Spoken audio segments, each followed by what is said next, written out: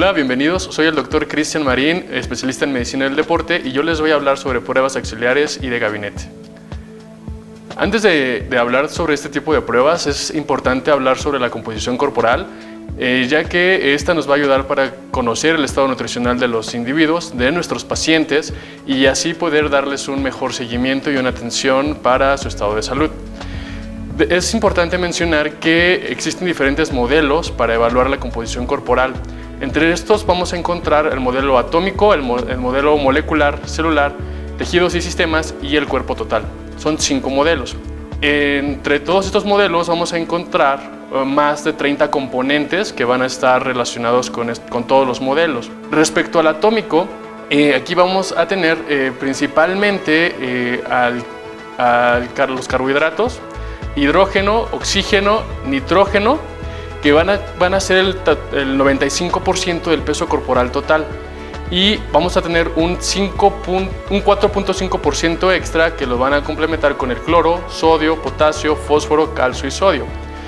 La suma de todos estos vamos a tener o nos va a dar el peso corporal general de un individuo. Después, la composición molecular, esta la vamos a tener en lípidos y en masa magra.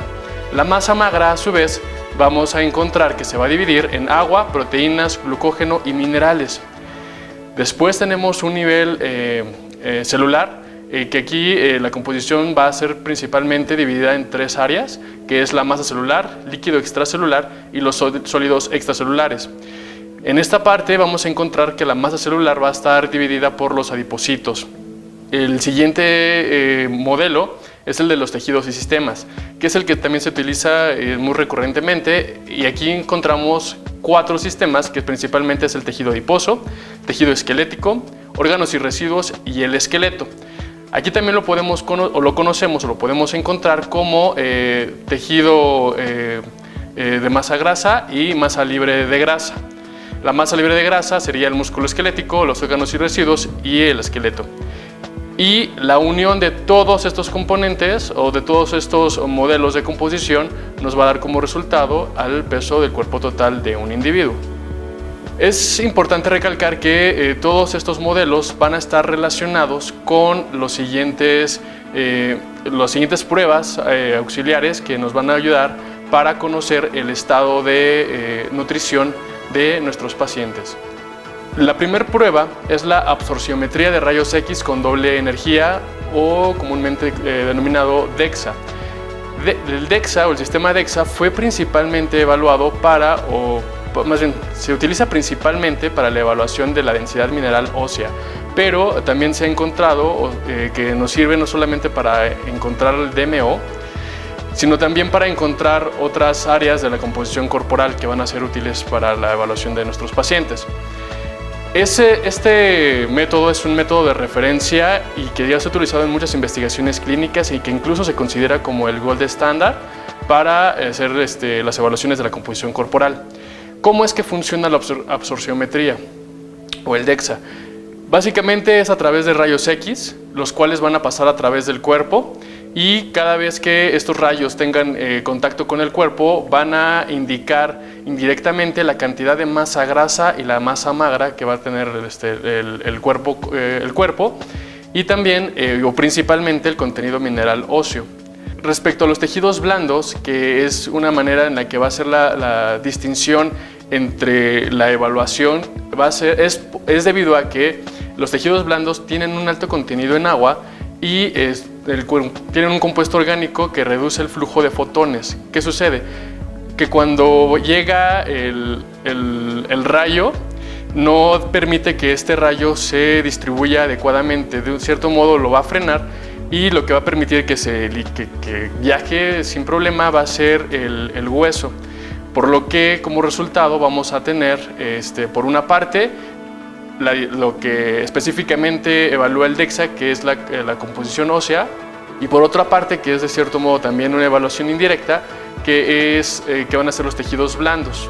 También el DEXA nos va a ayudar para detección de diferentes enfermedades como osteoporosis, como sarcopenia. También se tiene como gold estándar de evaluación de composición corporal, debido a que ha estado relacionado o se ha utilizado en muchos en muchos estudios.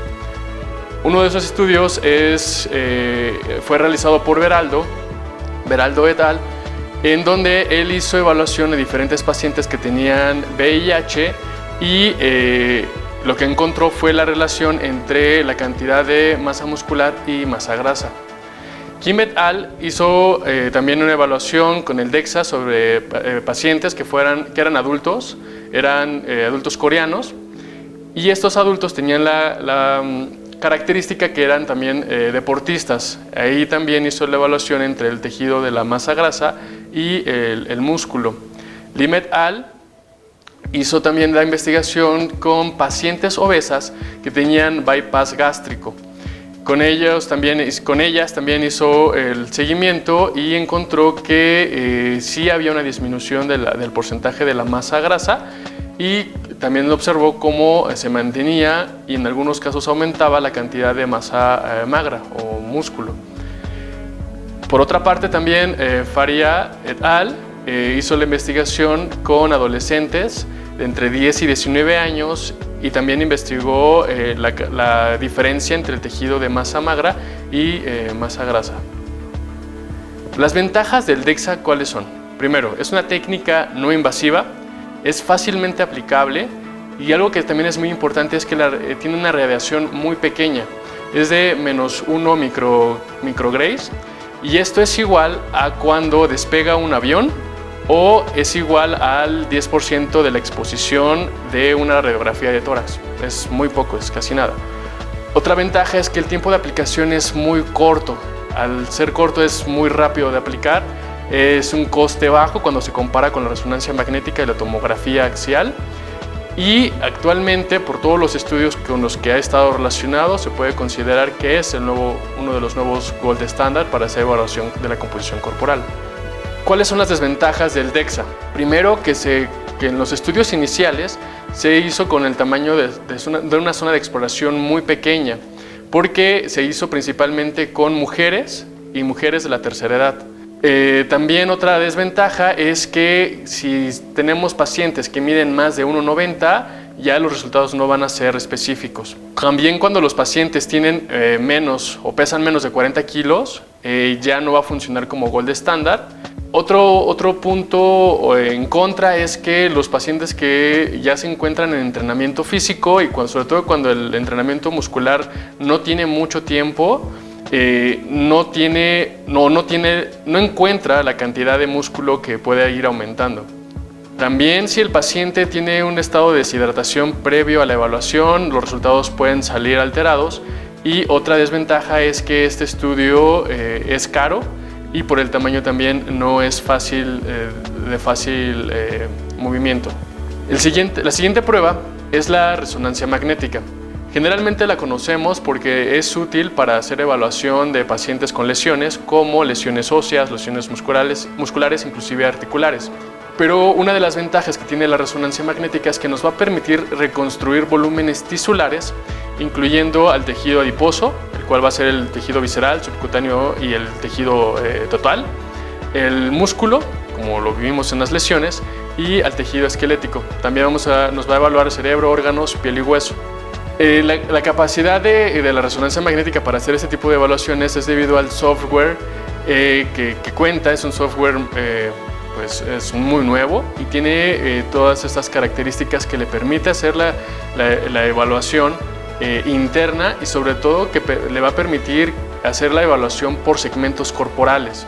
También es un estudio que tiene pues ya respaldo científico, porque diferentes autores también lo han utilizado mucho y los resultados han sido adecuados para hacer este tipo de seguimientos. Algún ejemplo es de Honda et al., que hizo la evaluación con mujeres atletas, en donde hizo diferentes tipos de ejercicios de intensidades altas y de intensidades bajas, y lo que hizo él fue que a través de la resonancia magnética estudió la tibia, cuál era la tensión que se aplicaba a la masa ósea en este caso. Por otra parte, Osawa hizo el estudio con hombres saludables, en donde se les aplicó entrenamientos interválicos de alta intensidad, y lo que él hizo fue evaluar la cantidad de músculo en tronco y en el muslo de estos hombres.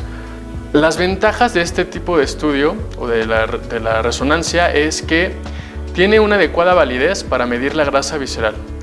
Tiene la capacidad de establecer inferencias sin las radiaciones del ATAC. ¿Qué significa esto? Que tiene mucho menos radiaciones cuando se compara con la tomografía y por lo tanto los pacientes no están expuestos a niveles altos de radiación.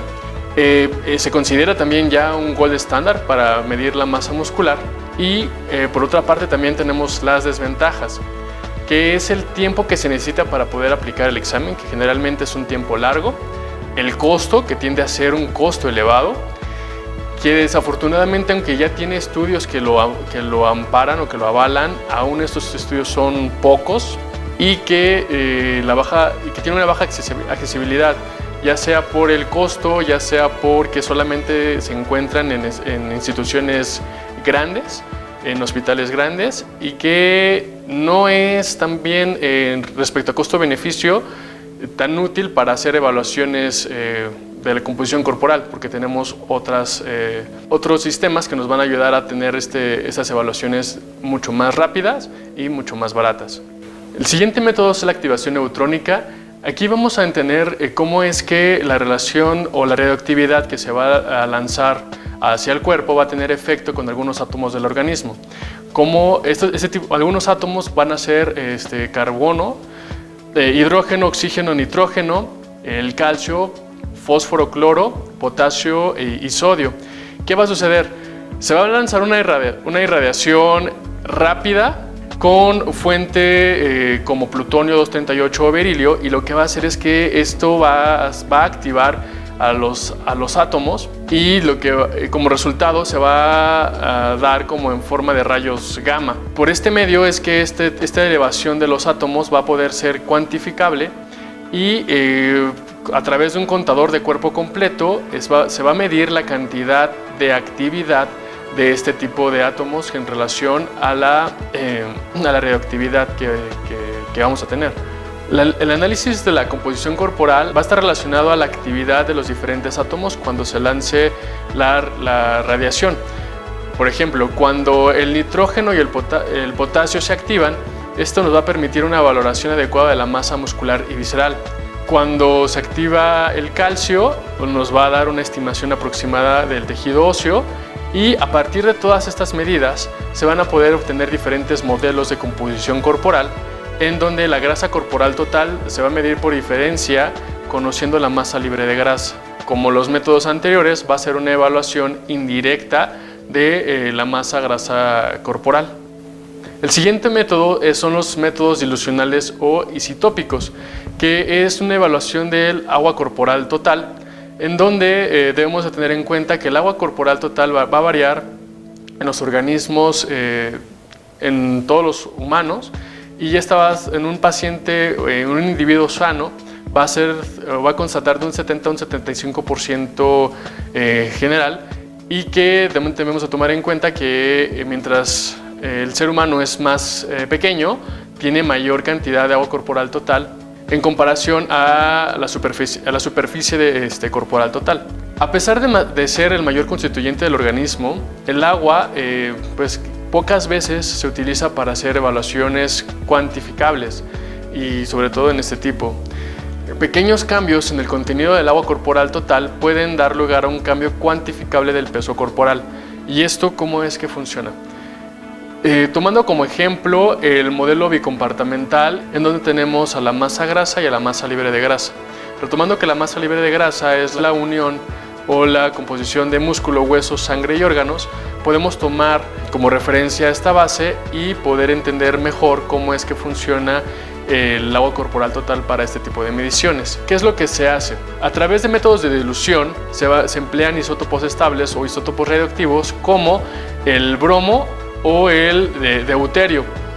Estos se van a administrar al cuerpo a través de vía oral o vía intravenosa. Posteriormente se va a distribuir en el volumen de agua corporal total y se va a dejar pasar un tiempo, que es el tiempo para la distribución del isótopo o el tiempo denominado de equilibrio. Generalmente son 2 a 3 horas después de la aplicación, y posteriormente se obtiene una muestra de sangre y de orina, o inclusive puede ser de saliva, para determinar el trazador que se aplicó previamente. Con esto, una vez que se encuentra el trazador, se puede conocer la cantidad administrada en el agua corporal total y la cantidad que se va a diluir en el agua corporal. Ya con esta información podemos estimar también la masa libre de grasa, que esto es inclusive la multiplicación de 1.37 por el agua corporal total que salió previamente con la aplicación del trazador. La siguiente prueba auxiliar es el potasio 40 o potasio corporal total. Este es un isótopo radioactivo natural que emite espontáneamente una radiación gamma medible. Este isótopo representa una fracción fija del potasio corporal total, que aproximadamente es un 0.012%. Esto nos va a hacer la evaluación de la masa libre de grasa y representa proporcionalmente el contenido total de potasio del cuerpo y la masa magra. La determinación se va a realizar a través de un conteo radiactivo con un contador de centello líquido.